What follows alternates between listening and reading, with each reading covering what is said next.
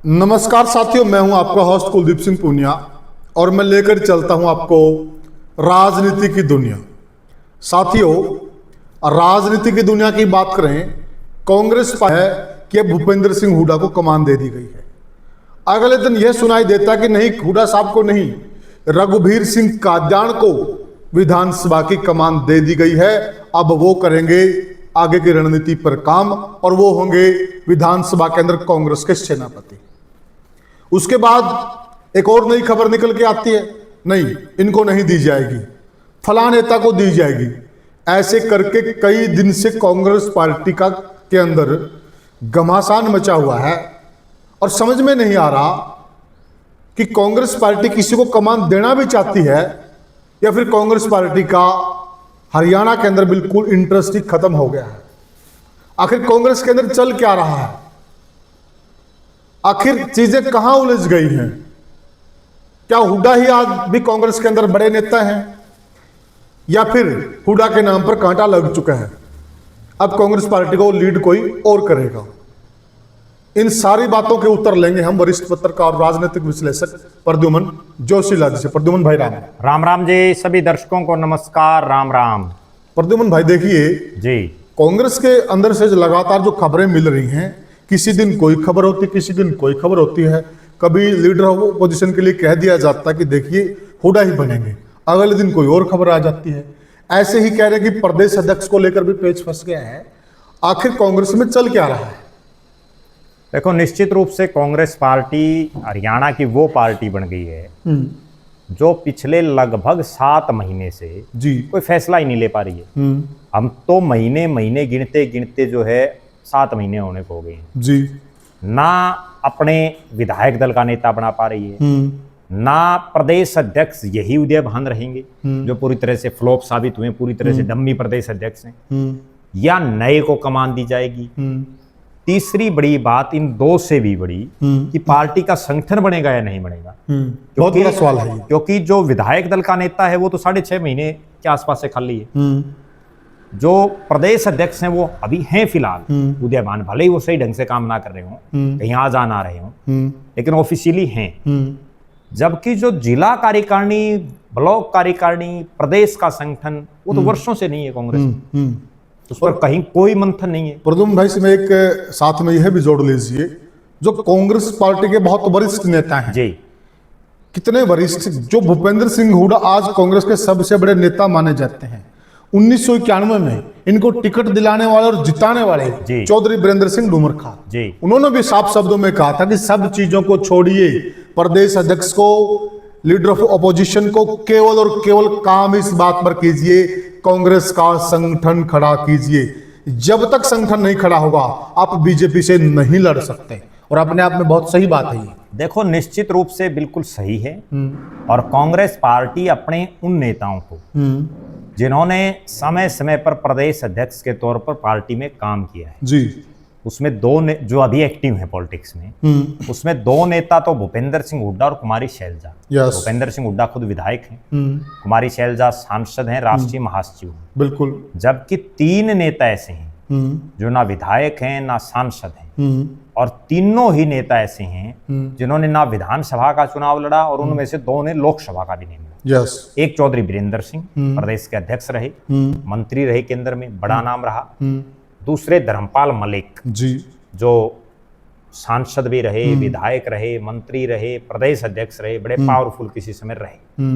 आज उनका भी कहीं कोई यूज नहीं करी पार्टी, बिल्कुल। और तीसरे डॉक्टर अशोक तंवर, जो सांसद रहे, प्रदेश अध्यक्ष रहे, और वो तो कई बार हंसते हैं, भाई मैं महिला कांग्रेस को छोड़ के सब सोधा प्रधान रह लिए, क्योंकि वो NSUI की वो रह लिए, युवा कांग्रेस के वो रह लिए, मेन कांग्रेस के वो रह लिए, बिल्कुल। और महिला के वो बन नहीं सकते, बिल्कुल ठीक है। तो दरअसल उनका भी कहीं कोई यूज नहीं कर पा रही पार्टी। ये 3 तो मैंने केवल वो नेता बताए जो प्रदेश अध्यक्ष रह चुके हैं। इनके अलावा भी कांग्रेस में ऐसे बहुत नेता हैं जो बहुत कुछ डिलीवर कर सकते हैं, लेकिन उनका यूज ही नहीं कर रहे। अभी मैं आपको एक उदाहरण देता हूं, इसी हिसार जिले का। कांग्रेस के आज हिसार जिले में ये हालात है कि नए नए जो लोग हैं ना, उनको तो आवाज़ें रखी है, और जो पुराने हैं, जिनका अपना एक मजबूत नाम किसी से में रहा है, उनको कोई नहीं पूछ रहा। मैं आपको एक उदाहरण देता हूं दर्शकों को। अब कुलजीत गणगस हैं, कांग्रेस के सबसे पुराने नेताओं में। जी, सही कहा। एक वो जमाना था जब आज जो लोग MP MLA मंत्री तक भी रह लिए, वो उनसे पद मांगा करते। सही बात है। 50 साल का उनका राजनीतिक अनुभव है और राजनीति का बड़े धुरंधरों के साथ काम किया है। बड़े धुरंधरों के साथ उन्होंने काम किया और इतना संघर्ष उन्होंने किया है, लेकिन आज कहीं कोई नहीं पूछ रहा। ऐसे लोगों को जब तक पार्टी कोई जिम्मेदारी नहीं देगी, पार्टी ये नहीं कहेगी कि आप काम करो, और वो किसी गुट में भी नहीं है। ठीक बात है। जहां कांग्रेस को गुटों में माना जाता है, वो हुड्डा साहब की भी उतनी इज्जत करते हैं, चौधरी वीरेंद्र सिंह की भी करते हैं, कुमारी शैलजा भी उनकी करती है, और रणदीप सिंह सुरजेवाला भी करते हैं। बिल्कुल सही कहा। ठीक है, सारे नेता उनकी इज्जत करते हैं। तो इस तरह के नेता, ये तो एक हिसार का मैंने उदाहरण दिया है, हर जिले में जिनको जो है कांग्रेस ने पूरी तरह से ये समझ रखा है कि भाई इनसे कोई काम नहीं लेना, कैसे काम चलेगा। जबकि ऐसे ऐसे लोगों को पार्टियों ने जिम्मेदारी दे रखी है, जिनमें कई तो मौका परस्त हैं। जब पार्टी को जरूरत होती है भाग जाते हैं। बहुत सही कहा आपने। और अक्सर यही लोग पार्टी को लेकर बैठते हैं। बिल्कुल, यही लोग पार्टी को नुकसान पहुंचाते हैं। जब इनको ये कहा जाता है कि आप राजनीति कर रहे हो, आप चुनाव लड़ो, नहीं मैं चुनाव नहीं लड़ूंगा। अरे भाई, अगर तू चुनाव ही नहीं लड़ेगा तो फिर क्या ही राजनीति कर रहे हैं। ठीक बात है। जो राजनीतिक पार्टी वो किस लिए बनी है? राजनीतिक पार्टी चुनाव लड़ने के लिए बनी है, वो कोई NGO थोड़ी है। सही बात है। मैं उसमें भी एक उदाहरण दे देता हूँ। अब बजरंग दास गर्ग हैं हिसार में, पार्टी के प्रदेश के मुख्य प्रवक्ता, और पता नहीं क्या क्या पद उनको दे रखे हैं। बिल्कुल ठीक है, समय समय पर उनको पद देते रहते हैं। अब बजरंग दास गुप्ता क्यों नहीं उन्होंने हिसार नगर निगम का चुनाव लड़ा? जब पार्टी को उनकी ये जरूरत थी, बजरंग दास गर्ग की, कि अब पार्टी को जरूरत है एक मजबूत चेहरे की। जी। क्यों कृष्ण सिंगला टीटू, जो इतने सालों से राजनीति में सक्रिय नहीं थे, बिल्कुल उनको मजबूरी में चुनाव लड़ना। प्रद्युमन भाई देखिए, बजरंग दास गर्ग अपने आप को हिसार की राजनीति का बादशाह प्रस्तुत करते हैं। जी। और दूसरी तरफ जो कृष्ण सिंगला टीटू, वो इतने लंबे समय से राजनीति से दूर थे। उनको आज की जो राजनीति है, जो सोशल मीडिया का युग आ गया है, तरह तरह की चीजें आ गई हैं, वो तो आज की राजनीति से वाकिफ ही नहीं है। चुनाव तो लड़ना चाहिए था बादशाह को, आप लड़ा रहे हो क्या? देखो, इसीलिए तो ये नुकसान हुआ कांग्रेस पार्टी को। भाई आखिर आप एक तरफ कुर्सी तो चाहिए आपको हुड्डा साहब के बिल्कुल साथ वाली, बराबर वाली, ठीक है, चौधर चाहिए सबसे ज्यादा।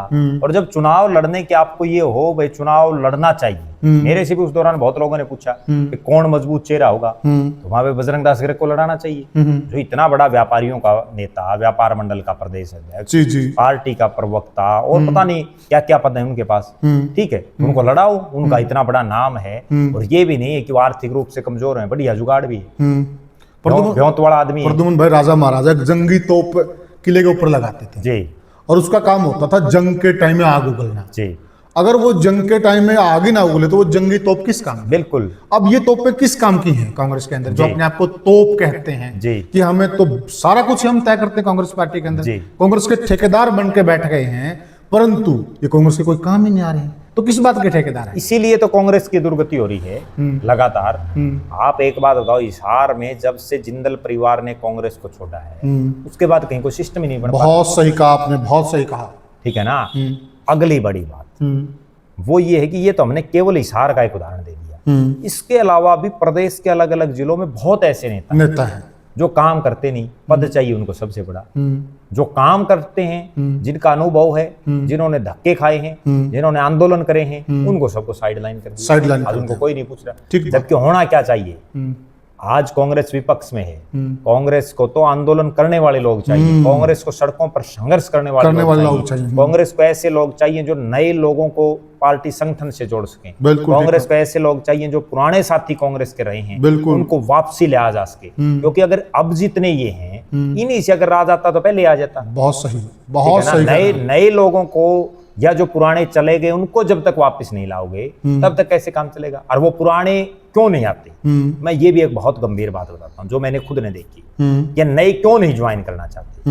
हिसार में नगर निगम का चुनाव, कृष्ण सिंगला टीटू मेयर का प्रत्याशी, और जब चौधरी भूपेंद्र सिंह हुड्डा हिसार में प्रेस कॉन्फ्रेंस के लिए आते हैं जी, तो प्रोटोकॉल जो कहता है वो ये कहता है कि जिस शख्स के लिए वो आए हैं वो तो कम से कम उसके साथ बैठे। और वहां बैठा कौन? बैठा बजरंग दास गर्ग। तो नए लोगों के दिमाग में एक चीज आती है, भाई यहाँ तो चौधरी बजरंग दास अग्रह रहना है, सही बात है, तो हम ही क्या कराएंगे ज्वाइन करके। बिल्कुल सही बात है, इसलिए लोग जुड़ते नहीं। सही कहा आपने, ये बहुत गंभीर बात है। जो ये मठाधीश टाइप के लोग हैं ना, बीजेपी क्यों कामयाब है? बीजेपी में किसी का कोई ये पक्का नहीं कि इस कुर्सी पर यही बैठेगा।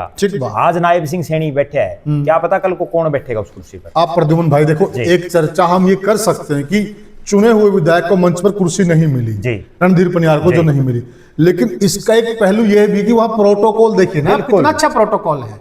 अगर आप विधायक हैं, अगर आप प्रोटोकॉल में फिट नहीं बैठते तो बैठिए ना जनाब वाली सामने, विधायक है तो सामने बैठिए आप। बिल्कुल। लेकिन कांग्रेस में क्या है, हम पहले भी चर्चा कर चुके, यहाँ पता नहीं कौन आकर पास बैठ जाता है, कौन गाड़ी में बैठ जाता है, वहां के लोकल नेता रह जाते हैं। एक आदमी ऐसा चिपक जाता है, पूरे हरियाणा में साथ ही चिपका रहता है। अरे भाई, जिस क्षेत्र में कार्यक्रम है उस क्षेत्र के भी लोग हैं, उस क्षेत्र के नेता हैं, उस क्षेत्र के कार्यकर्ता, उनको आगे आने दीजिए ना। बिल्कुल, वो कहां पर आगे आएंगे? यही तो सबसे बड़ी समस्या है कि यहाँ तो प्रोग्राम हिसार में और नारनौंद का विधायक साथ बैठ जाता है। बताओ क्या तू के? बिल्कुल, वहाँ हिसार के लोगों को बैठने दो। बिल्कुल, जो हिसार शहर के हैं। बिल्कुल, आप अगर आपका नारनौंद में प्रोग्राम, वहां बैठो। बिल्कुल सही बात है। यहाँ आप इतना बड़प्पन दिखाओ, भाई नारनौंद में आप प्रोग्राम कर रहे हो और आप बैठो पब्लिक में, भाई यहाँ जो हिसार वाले बैठ जाओ। ठीक बात, ये तो हमने कभी दृश्य नहीं देखा। सही बात है।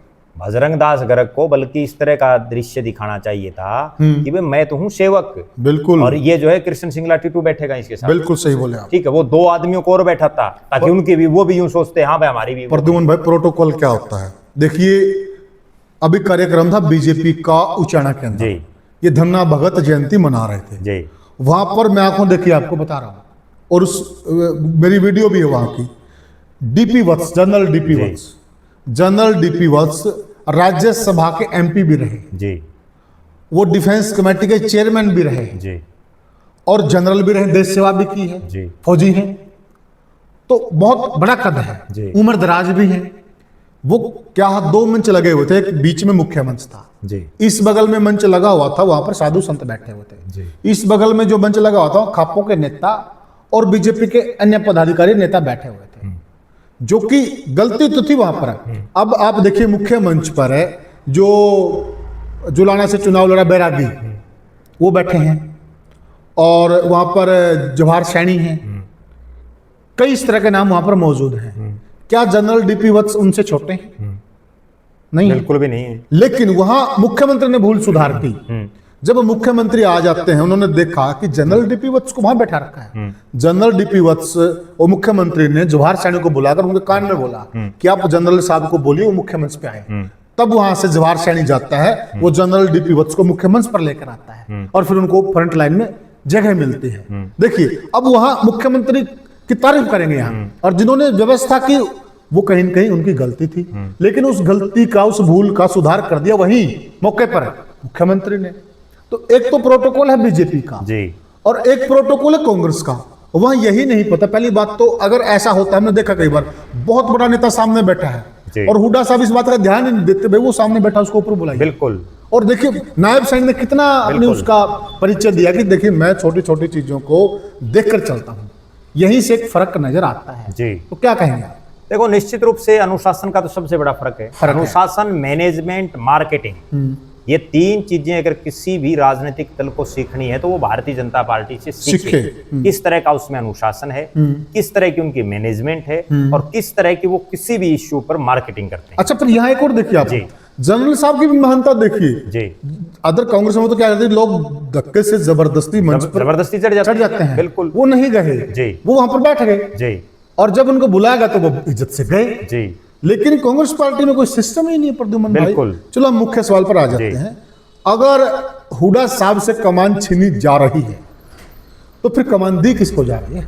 देखो, सबसे बड़ी बात तो ये है कि कांग्रेस का आला कमान, चाहे राहुल गांधी और चाहे मल्लिकार्जुन खड़गे, वो कोई फैसला ही नहीं ले पा रहा। क्या बात? उसकी ना तो ये हिम्मत हो पा रही कि भूपेंद्र सिंह हुड्डा को हम इग्नोर कर दें। अच्छा। ना उसकी ये हिम्मत हो पा रही कि भूपेंद्र सिंह हुड्डा पर एक बार फिर से दांव लगा दें, क्योंकि दोनों ही जगहों में पार्टी आला कमान पसोपेश में है कि नुकसान ना हो जाए, और दोनों ही स्तरों पर नुकसान होने की संभावना है। पहली जो बात है, अगर भूपेंद्र सिंह हुड्डा को इग्नोर कर दिया जाता है जी, तो बिल्कुल स्पष्ट जो चीज दिख रही है कि जो रोहतक, सोनीपत में तो चलो सोनीपत में इनका किला ढह गया, रोहतक, झज्जर, और विशेषकर किसान और जो जाट वर्ग भूपेंद्र सिंह हुड्डा की वजह से कांग्रेस के साथ लगा है जी, उसमें से एक बहुत बड़े स्तर पर लोग क्विट कर जाएंगे, छोड़ देंगे वो। यस, तो वहां भी वो नहीं ले सकते।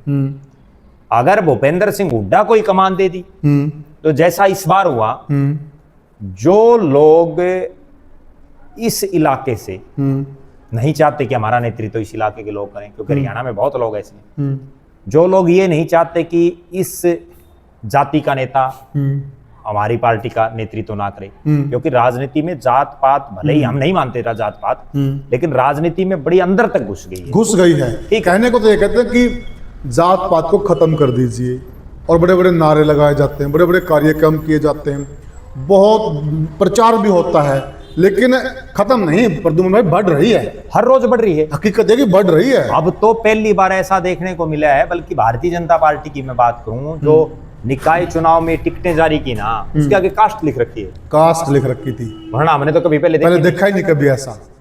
तो पर्टिकुलर ये चीजें इशारा कर रही हैं किसी बात की तरफ और किसी गंभीर समस्या की तरफ है, यानी कि अब राजनीति में जात कम नहीं ज्यादा होगी, और हो रही है।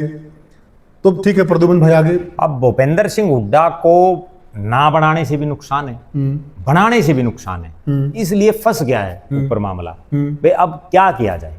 अब उसके कई अल्टरनेटिव पर विचार किया जाए। ये वो कहावत ना, बस सनम जरूरी भी है और सनम शराबी भी है। बिल्कुल। अब उसमें हाईकमान के दिमाग में वो कई पहलुओं पर विचार कर रहा है। अब एक सबसे गंभीर बात तो ये है कि भारतीय जनता पार्टी का तोड़ निकालने की जरूरत है जी, क्योंकि जो बीजेपी तीसरी बार लगातार आई, बीजेपी का एक रिकॉर्ड और है, जहां जहां भी ये तीसरी बार बन गए वहां फिर ये मुश्किल से नहीं जाते। ये भी इनका गजब का रिकॉर्ड है। प्रद्युम्न भाई, ये बात है ना, कांग्रेस वाला के देसी कहावत ज्यादा चढ़ाव है। हाँ। तो इसलिए अब वो कोई ना कोई अल्टरनेट ढूंढ रहे हैं। हाँ। अब उन अल्टरनेटों में सबसे बड़े समस्या मैं बताता हूँ आपको क्या है। विधायक है 37, विधायक दल के नेता की सबसे बड़ी समस्या ये है कि कोई अल्टरनेट ही नहीं दिख रहा। यस। अगर 37 के 37 विधायकों की मैं बात करूं, शैलजा गुट के पास कोई मजबूत चेहरा नहीं है। चंद्रमोहन है ले दे के। चंद्रमोहन की जिस तरह की छवि बनी है समाज में, उससे लगता नहीं कि कांग्रेस को कोई फायदा होगा। चंद्रमोहन तो खुद बड़ी मुश्किल से जीते हैं 2005 के बाद, ठीक है ना, उनका कहीं कोई जनाधार है, तो इसलिए वहां चैप्टर क्लोज हो जाता है। अच्छा, यहाँ शैलजा गुट में सबसे बड़ी कमी क्या हुई कि ना तो रणदीप सिंह सुरजेवाला विधायक, अगर वो होते तो एक मजबूत चेहरा होते। सही कह रहे हैं। कुमारी शैलजा भी विधायक नहीं है, वो होती तो एक मजबूत चेहरा होती। किरण चौधरी बीजेपी में चली गई, वो होती तो भी एक मजबूत चेहरा होती। तो अब ये जब तीनों ही नहीं है लाइन में, तो इसका मतलब कुमारी शैलजा का जो खेमा हो खाली हो चुके हैं। दूसरी तरफ भूपेंद्र सिंह हुड्डा के खेमे की अगर बात कर लें, अब अशोक अरोड़ा है, उनका नाम चल पड़ता है, लेकिन अशोक अरोड़ा का प्रदेश में कहीं कोई जनाधार थोड़ी है। वो तो अगर 16 साल प्रदेश के अध्यक्ष रहे तो ओम प्रकाश चौटाला की बदौलत रहे। सही कहा। वो अगर मंत्री बने तो भी ओम प्रकाश चौटाला की बदौलत बने। बिल्कुल। वो अगर विधानसभा के स्पीकर बने तो भी ओम प्रकाश चौटाला की बदौलत बने। बिल्कुल। उनका कोई जनाधार नहीं है। ठीक है, थानेसर में है या थोड़ा बहुत कुरुक्षेत्र जिले में लगा लीजिए, उसके अलावा तो नहीं है। फिर वो पंजाबी समाज से आते हैं। पंजाबी समाज के कितने वोटरों को अपनी तरफ ये है बड़ी बात है, क्योंकि पंजाबी समाज तो मनोहर लाल खट्टर को अपना नेता मान चुका है ज्यादातर समाज, और 99% पंजाबी वोट बैंक बीजेपी में बिल्कुल चिपक चुका है। बिल्कुल चिपक चुका है। फेविकोल का मजबूत जोड़ टोटे से नहीं। वो इसलिए चिपक चुका है कि भारतीय जनता पार्टी ने पंजाबी समाज से पहला मुख्यमंत्री बनाया, और बड़ी बात भी, और आज भी वो पावरफुल है। नहीं वो सीएम से हट गए, लेकिन सुपर सीएम तो वही राष्ट्रीय अध्यक्ष में नाम चल रहा है। बिल्कुल, से बड़ी बात क्या? बिल्कुल। तो इसके बाद जो और नाम चल रहे हैं, एक नाम चल रहा है डॉक्टर रघुबीर सिंह कादियान का। इसी समय चौधरी देवीलाल के परिवार से उन्होंने राजनीति शुरू की। रघुबीर सिंह कादियान का नेगेटिव पॉइंट ये है कि उम्र उन पर हावी है। बिल्कुल सही कहा। 80 साल के आसपास हो चुके हैं। बिल्कुल ठीक है, वो कहां सड़कों पर संघर्ष कर सकते? नहीं कर सकते। तो इसलिए बुजुर्ग हो चुके हैं, उनको तो वो रबड़ स्टैंप वाली बात होगी। बिल्कुल, वो ठीक है, जैसे उदयबान है, वे बना दिया जैसे। और फिलहाल जिस प्रकार की हरियाणा के अंदर परिस्थिति है कांग्रेस की, उसको रबड़ स्टैंप नहीं चाहिए, जमीनी नेता चाहिए, जुझारू नेता चाहिए, बोल्ड नेता चाहिए, फायर क्या कहते हैं, फायर ब्रांड चाहिए, उसकी जरूरत है। और ये ढूंढ रहे हैं किसको? राधे को। इसके बाद एक नाम गीता भुक्कल का चल पड़ता है। लेकिन गीता भुक्कल का भी तो झज्जर के अलावा कहीं कोई योजना, और झज्जर में भी वो हुड्डा साहब को हाथ छोड़ दो, निर्दलीय लड़ दो, नहीं जीत पाएंगे। बहुत सही कहा आपने। वहां भी वो केवल हुड्डा की बदौलत जीत रही है। बिल्कुल सही कहा। तो इसका मतलब उनको बनाने का भी अर्थ यही है कि हुड्डा, यस, ठीक है, ठीक बात है। फिर और जितने विधायक हैं वो लगभग जूनियर विधायक हैं, ठीक है, कोई किसी का कोई बहुत लंबा चौड़ा खेल नहीं है। एक विधायक का मैं और जिक्र कर दूं, कई बार चल पड़ता है उनका भी, चंद्र प्रकाश का। अब चंद्र प्रकाश बैकवर्ड समाज से आते हैं, जो आदमपुर के विधायक हैं, ठीक है, उन्होंने चौधरी भजनलाल के पोते को हरा दिया, लेकिन समस्या ये है कि जो बैकवर्ड समाज है उसको वो कांग्रेस के पक्ष में ला सकते हैं या नहीं ला सकते, जो नहीं लग रहा कहीं भी, क्योंकि वो भी इतने एक्टिव नहीं। ठीक है, आदमपुर में एक्टिव हैं, लेकिन प्रदेश में तो वो हो रहा नहीं है उनका। और एक और प्रद्युमन भाई जी, उनकी राजनीति शुरुआत अभी हुई है जी, समय लगेगा, हो सकता है बहुत बड़े नेता बन जाएं जी आगे जाकर, और वो काम करेंगे तो बनेंगे भी, कोई वो नहीं है। अगर कोई मेहनत करेगा उसको मेहनत का फल मिलेगा जी। लेकिन आज के जो पृष्ठभूमि आप कह रहे हैं, सही कह रहे हैं आप। सबसे बड़ी बात कांग्रेस में सबसे बड़ी समस्या यही है। अच्छा, एक चीज और है प्रद्युमन भाई, कई बार क्या कि हम इस तरह की खबरें भी सुनते हैं कि हुड्डा साहब नाराज ना हो, इसलिए रघुवीर सिंह कादियान को बनाया जा रहा है, इसलिए गीता बुकुल को बनाया जा रहा है, इसलिए अशोक अरोड़ा को बनाया जा रहा है। जब यह चीज हम समझ रहे हैं कि ये तो हुड्डा साहब को खुश रखने के लिए बना जा रहा है, तो जनता नहीं समझ रही क्या? नहीं, जनता बोली है, तो क्या लाभ होगा फिर उस बात का? मतलब जब आपने हुड्डा साहब को खुश करना है तो हुड्डा कोई बना दो, फिर आप तीसरे आदमी की बजाय सीधे हुड्डा कोई दे दो, हुड्डा कोई बना दो, ठीक है ना? बिल्कुल। या आप एक क्लियर कट और कर देना चाहिए, इसमें कोई लाला लेरी नहीं रखनी चाहिए। या तो हम हुड्डा को बनाएंगे, बना बनू के एक पास करें, इससे मजबूत कोई आदमी नहीं है, और अगर नहीं बनाना तो उसका एक बीच का रास्ता और है। वो बीच का रास्ता ये है भाई, हम तो बनाएंगे नहीं, बिल्कुल ठीक है, बिना विपक्ष के नेता चलने दो। क्योंकि वो कांग्रेस के एक नेता का मैं बयान सुन रहा था, बड़े अजीब तर्क देते हैं कांग्रेसी। कांग्रेस के नेता ये कह रहे हैं, एक बड़ा सीनियर नेता कह रहा कि भाई 2 योजना पीछे लोकसभा भी तो बिना विपक्ष के नेता चली। अरे तुम्हारे को सीट नहीं दी लोगों ने, इसलिए चली थी। हम ये 37 में तो 30 इस्तीफा दे दो, जरूरत नहीं है विपक्ष के नेता की।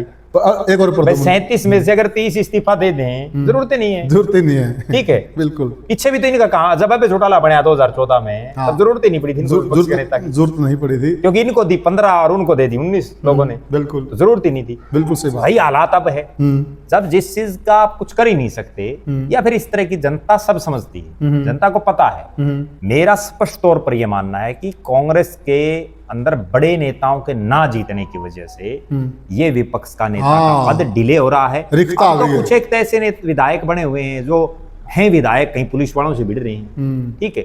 एक विधायक होकर के काम करना होता है किसी एससी स्तर के नेता को, एससी स्तर के अधिकारी को, जिले के, और वो जेई को फोन कर रहा है और लोग फिर भी ताली बजा रहे हैं। क्या मैसेज आ रहा जनता में? मतलब जनता को ये पता ही नहीं भाई, ये काम एससी एक्शन के अलावा निचले लेने का बस में नहीं है, बस में नहीं है, और वो फिर भी जेई को फोन कर रहा है, एसडीओ को फोन कर रहा है, ठीक बात है, और लोग फिर भी ताली बजा रहे हैं, ताली बजा रहे हैं, बिल्कुल सही। अच्छा, एक सवाल और है प्रद्युमन भाई जी, क्या फिर कांग्रेस है ना उसी परिपाटी पे चल पड़ी है तो जो 2005 का चुनाव था, उस वक्त कांग्रेस ने अपना सीएम फेस डिक्लेयर नहीं किया था जी। उन्होंने पर्टिकुलर जो हरियाणा के अंदर पॉकेट है, पॉकेट वाइज लीडर के आगे कर दिए। अब हिसार वालों को लग रहा था कि भजनलाल मुख्यमंत्री बनेगा, अब कैथल वालों को लग रहा था कि शमशेर सिंह सुरजेवाला बनेगा या रणदीप सुरजेवाला बनेगा।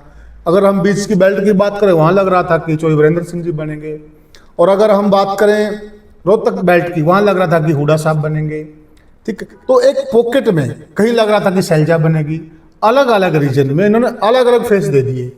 और उस वक्त तो राव इंद्रजीत भी कांग्रेस में थे, अहिरवाल बेल्ट को लगता था कि राव साहब भी मुख्यमंत्री बनेंगे, और उस वक्त फिर इनकी प्रचंड बहुमत आया और फिर सरकार बनाई। तो क्या कांग्रेस यही मान के चल रही कि हमारे लिए यही अनुकूल स्थिति है तो हम ऐसे ही चलते हैं? देखो, ये बिल्कुल निश्चित है, कोई भी राजनीतिक पार्टी हो वो सामूहिक नेतृत्व में ज्यादा कामयाबी हासिल करती है।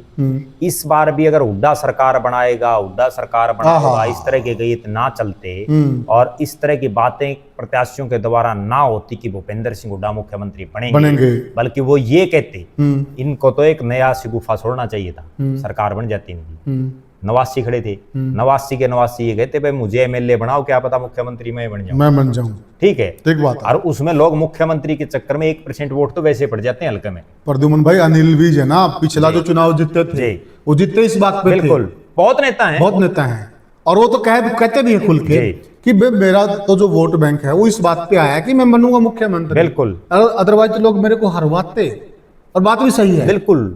अब आप ये देखिए, अब सच्चाई है, देखिए प्रैक्टिकल है, प्रैक्टिकल बात को छुपा भी नहीं सकते, छुपानी भी नहीं चाहिए। अब कुमारी शैलजा है, कहने को बड़ी नेता है वो कांग्रेस पार्टी की, अगर वो हल्का उकलाना से एज ए सीएम फेस उतरती हैं तो कोई रोकने वाला नहीं था उनको, जी जीतती वो। और यही कुमारी शैलजा, और ये बोल दिया जाए कि मुख्यमंत्री तो हुड्डा साहब बनेंगे या कोई और नेता बनेगा, तो उसको भी दिक्कत हो सकती है। दिक्कत नहीं हो, चुनाव हारती चुनाव, ठीक है ना। हाँ। ये तो राव इंद्रजीत इतना बड़ा नेता अहिरवाल का, नायब सिंह सैनी को सीएम का फेस एक तरह से डिक्लेयर कर गए थे अमित शाह। हालांकि उन्होंने बिल्कुल ऑफिशियल ये नहीं कहा, लेकिन वो डिक्लेयर कर गए थे। उसके बावजूद भी राव इंद्रजीत को ये कहना पड़ा भाई मुख्यमंत्री क्या पता कौन बन जाए, तभी तो उनकी बेटी जीती। बिल्कुल, ठीक है ना। ये इस तरह के राजनीति में शिगुफे छोड़े जाते हैं, जनता को बहकाया जाता है, और वो जनता बहकाई आती है। बिल्कुल, काम करने वालों को तो लोग वोट देते नहीं, लॉलीपॉप दिया जाता है। बिल्कुल बिल्कुल। तो अगर कांग्रेस ये करती तो फायदे में रहती। अब भी कांग्रेस को क्या करना चाहिए, मैं जो समझ रहा हूँ, विधायक दल का नेता के बस्ते को बंद करके एक बार साइडलाइन कर देना चाहिए। अभी उनको केवल 2 कामों पर फोकस करना चाहिए। पहला काम प्रदेश का अध्यक्ष, किसको बनाना, जो जरूरी है संगठन के लिए। और प्रदेश के अध्यक्ष के लिए राहुल गांधी को और मल्लिकार्जुन खड़गे को केवल एक लाइन सोचनी चाहिए कि हमें ना हुड्डा से मतलब, ना शैलजा से मतलब, ना रणदीप से, ना किसी और से, कोई किसी भी गुट का हो, हमें तो वो आदमी चाहिए जो कांग्रेस के मजबूत करने के लिए सड़कों पर संघर्ष। यस, बिल्कुल सही बात है। और उस सड़कों पर संघर्ष कौन कर सकता है, उसका फिर उनको ये देखना चाहिए, वो चाहे हुड्डा गुट का आदमी और चाहे शैलजा का कोई भी हो। प्रद्युमन भाई देखिए, अशोक तंवर जी ने मेहनत की, जी मानते हैं जी। सभी। अब कई बार है ना, कई कांग्रेसियों के बयान इस प्रकार के आ रहे हैं कि पार्टी उस चेहरे पर विचार नहीं करेगी जो चेहरा दूसरी पार्टियों में रहकर आया हो। अब एनटी रामाराव की लड़की है डी पुरंदेश्वरी, और साउथ में बीजेपी को साफ पता है कि हमें मजबूत चेहरा चाहिए, और वो कांग्रेस के भी बड़े पद पर रही है। और जब वो बीजेपी में आई, बीजेपी ने उनको फटाक दे से लपक लिया और प्रदेश अध्यक्ष बना दिया गया। क्यों? क्योंकि पार्टी खड़ी करनी थी, जनाधार बढ़ाना था, एक बड़ा चेहरा चाहिए था।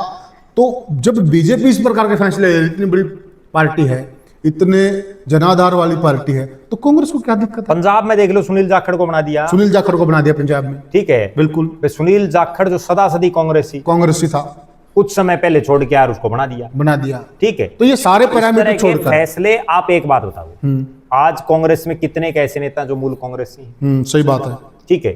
उन्होंने से बहुतों ने पार्टी छोड़ रखी है, सही बात है, ठीक है ना। या जो लगातार कांग्रेस में है, अगर उन्हीं के दम पर के में आता तो ये फिर पहले राजमा जाते। बिल्कुल सही बात। ये बात तो हम बार बार कह रहे हैं कि जब तक कुणबा नहीं बढ़ेगा तब तक बात नहीं बनेगी। पहले भी हमने चर्चा की है प्रद्युमन भाई, जैसे ब्रजेंद्र सिंह जी पूर्व सांसद हैं, देखिए उनका जनाधार, हार जीत अलग चीज है, परंतु वो जिस परिवार से आते, जनाधार वाला परिवार है, इसमें कोई किंतु परंतु नहीं है। और अशोक तंवर जी है, दोनों मेहनती हैं, युवा हैं। पार्टी को इनका सदुपयोग करना चाहिए। आप क्या मानते हैं? मैं आपको एक बात बताता हूं, पार्टियां कैसे कामयाब होती हैं। भारतीय जनता पार्टी में एक वो समय था, कांग्रेस वो चीजें नहीं कर पा रही, जब पार्टी का प्रदेश में कोई लंबा चौड़ा वजूद नहीं था, तो पार्टी ने एक रणनीति पर काम किया। जैसे पार्टी ने कभी रामविलास शर्मा को प्रदेश अध्यक्ष बना दिया, नहीं सरकार ला पाई अकेले दम पर। प्रोफेसर गणेश लाल को बना दिया, नहीं कामयाब हो पाए। कृष्णपाल गुर्जर को बना दिया, नहीं कामयाब हो पाए। रतनलाल कटारिया को बना दिया, नहीं कामयाब हो पाए। आत्म प्रकाश मनचंदा को बना दिया, नहीं कामयाब हो पाए। मतलब कोई सरकार नहीं ला पाया। तो उन्होंने एक नई रणनीति पर काम किया, और मुझे आज भी, मैंने वो यात्रा खूब देखी। उन्होंने हरियाणा के 4 अलग अलग छोरों से, चारों जो अलग छोर हैं, उनसे 4 रथ यात्राएं निकाली, विजय संकल्प यात्रा के नाम से। बहुत बढ़िया। और हर जगह 2-2 नेताओं की ड्यूटी लगा दी। अच्छा। जैसे एक यात्रा करवाई कैप्टन अभिमन्यु और ओम प्रकाश धनखड़ को, अच्छा, इस हिसार के एरिया में, हिसार, सिरसा, हिसार जी। एक तरफ जैसे करा दी उन्होंने कृष्णपाल गुर्जर और उनके साथ एक नेता लगा दिया, एक तरफ लगा दिया रामविलास शर्मा और उनके साथ एक नेता, एक तरफ लगा दिया आत्म प्रकाश मनचंदा और उनके साथ एक नेता। इस तरह से वो पूरे प्रदेश में 8 नेता तो मोबिलाइज हो गए। 8 नेताओं को यूं थपकी लगी, भाई क्या पता कौन सी की लॉटरी लग जाए, जिसके नेतृत्व में होगी। नेचुरल बात हो, प्रदेश का नेता बनेगा। सही बोले। कांग्रेस ऐसा क्यों नहीं कर रही? क्यों कांग्रेस 8 या 10 नेता, 10 नेताओं को छाटे, 8 नेताओं को छाट ले, उन 8 नेताओं को यूं कहे कि भाई शुरू हो जाओ। अब शैलजा रणदीप इकट्ठे हैं, शैलजा रणदीप एक साइड निकाल दो भाई, ठीक है। एक साइड भूपेंद्र सिंह हुड्डा और उनके साथ एक नेता लगा दें, ठीक है। एक साइड चंद्रमोहन और एक नेता को उस साइड लगा दें, एक नेता को अहिरवाल की तरफ लगा दें।